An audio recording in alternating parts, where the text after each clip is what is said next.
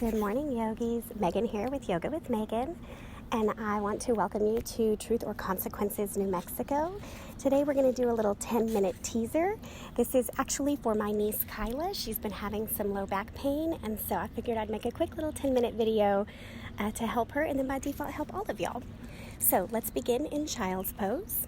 Come onto your knees. Take your knees as wide as is comfortable, big toes touch. Drop your forehead to the mat. Arms stretch overhead. Take a couple full deep breaths here, settling into your body. If your low back is especially tight, go ahead and put a pillow under your forehead.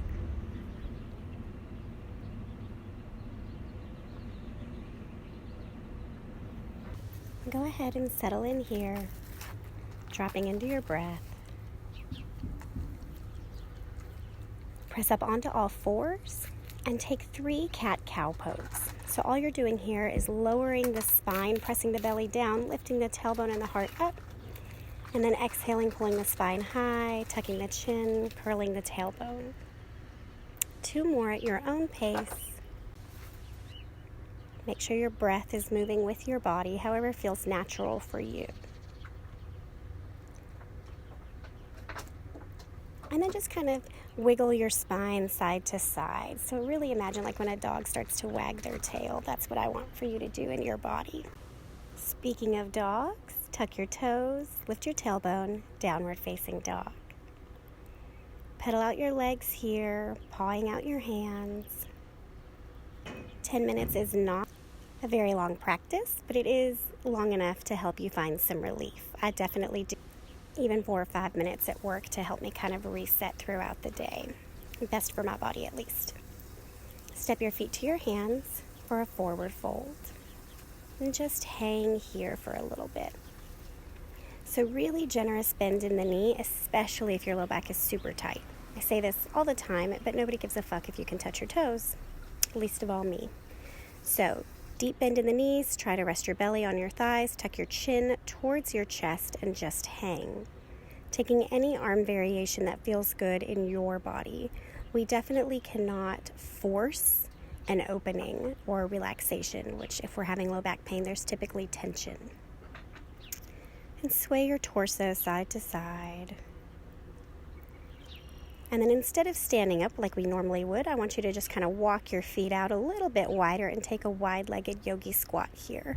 So as wide or narrow as your feet need to be, dip your hips down, toes are pointed out just a little bit. And the long-term goal here is to have your heels flat on the ground. But don't worry if that's not where your body is today. Just like before, you can bring your pillow and now you can sit on it, or maybe even put it under your heels. The point is to have a gentle opening here. A lot of time low back pain is actually because of tight hips, so you'll see we'll be doing a lot of hip work. Yeah, and you can kind of shift your weight from one foot to the other. Maybe you twist your torso a little bit to get into a different part of the back. It's really not about doing the pose maybe how it's in Iyengar's book, but doing the pose how your body wants it. Yeah.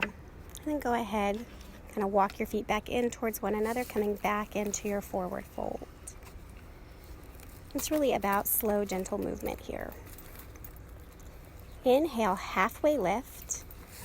Exhale, step your feet back into a downward facing dog. Drop onto your belly, lowering all the way down. Drag your hands underneath your shoulders.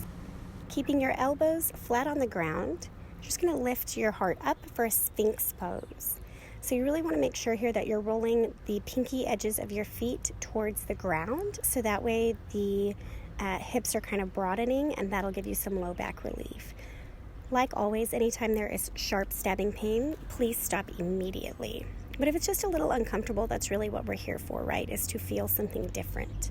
Ideally to leave this practice changed. Stay for a couple breaths here, deep and full inhales and exhales. Really let your belly extend out so it'll press into the ground.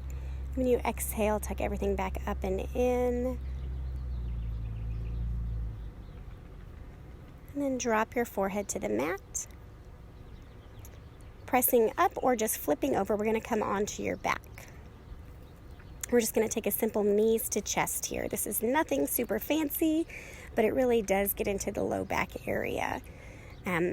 So if you tend to have stomach issues, this is also a really good pose to help aid digestion. And again, you can take your knees wide or narrow. The more narrow, the more it's going to help your digestion, and just the different variations will help open up the low back. You can kind of rock side to side, maybe a little forward and back here, just allowing the weight of your body to act as a massage for you. I also love some pressure point work with a tennis ball. Maybe I'll do one of those videos in the future so you can see what that will feel like. Okay, place your feet back on the ground. Your knees are bent. Cross your right knee over your left knee, and then pull both knees into your chest. If you can do this and keep your head on the ground and your shoulders relaxed, I want you to try to grab your ankles. So because your legs are crossed, you'll be grabbing opposite hand, opposite ankle. If you cannot comfortably keep your head down and press your tailbone down, just like before, put a pillow under your head, put it under your hips. Like I've already said, you can't force an opening. Or if you do, your body will be even more angry, and it will not be my fault. It will be yours because you did not listen. Anyways, take another deep breath here. And then release. And cross your other knee over. Same thing as before, kind of gauging with your body, how far in can your knees come? Is it appropriate to grab your ankles? Noticing each side is different. And a lot of times we actually have more back pain on one side than the other.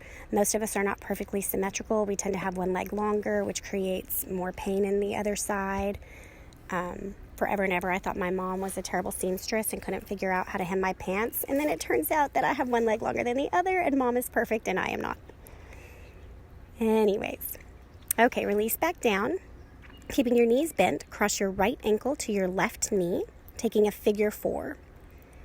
If this feels like absolutely nothing in your body, I want you to flex your left foot and pull your left knee in towards your body while pushing your right knee away.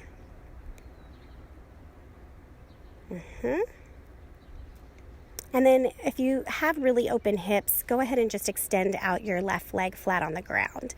This is a reclined pigeon pose. Same thing as before, right? Always welcome keeping a pillow under the hips or under the head, wherever your body needs it. There's no trophy for muscling through yoga.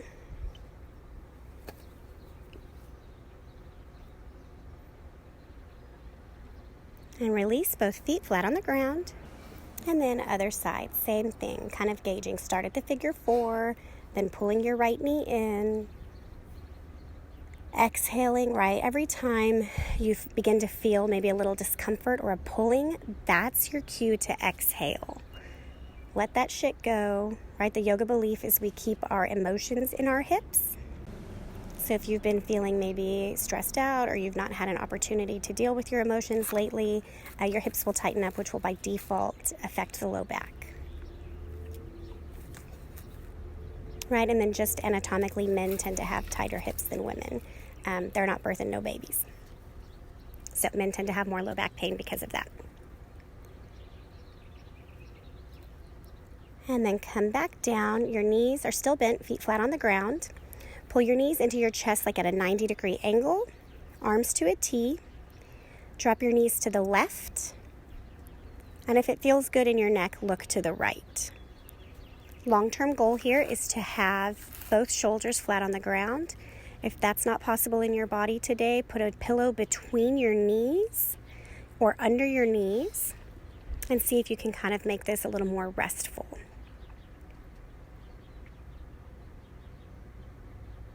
Take a big full inhale here and a complete exhale out. Let your body melt like butter. Right, like warm butter on a hot Texas day.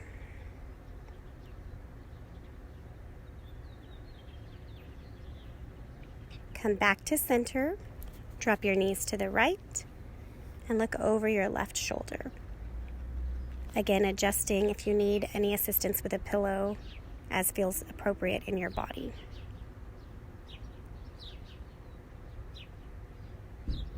I hope you can hear some of the birds in the background out here in Truth or Consequences. It's a beautiful morning.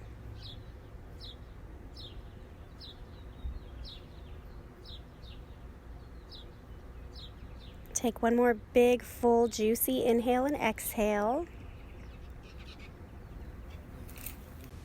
Stretching out into your Savasana, final resting pose.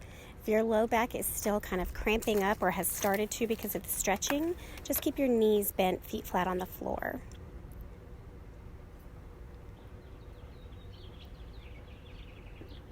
And all I want you to do here is to take 10 deep breaths.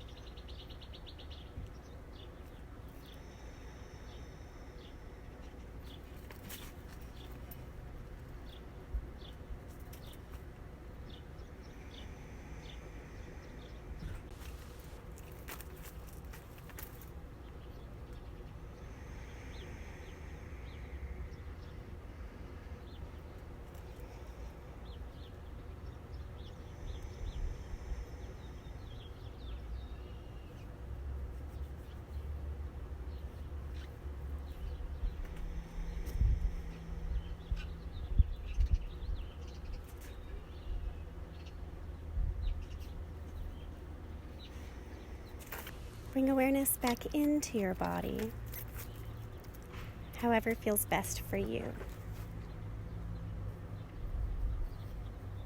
Roll to a fetal position on your right side, pressing up to a seated position, hands to heart center.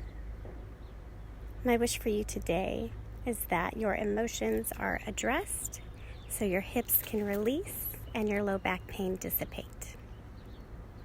The love and light in me reflects the love and light in you. And Miss Kyla, I love you.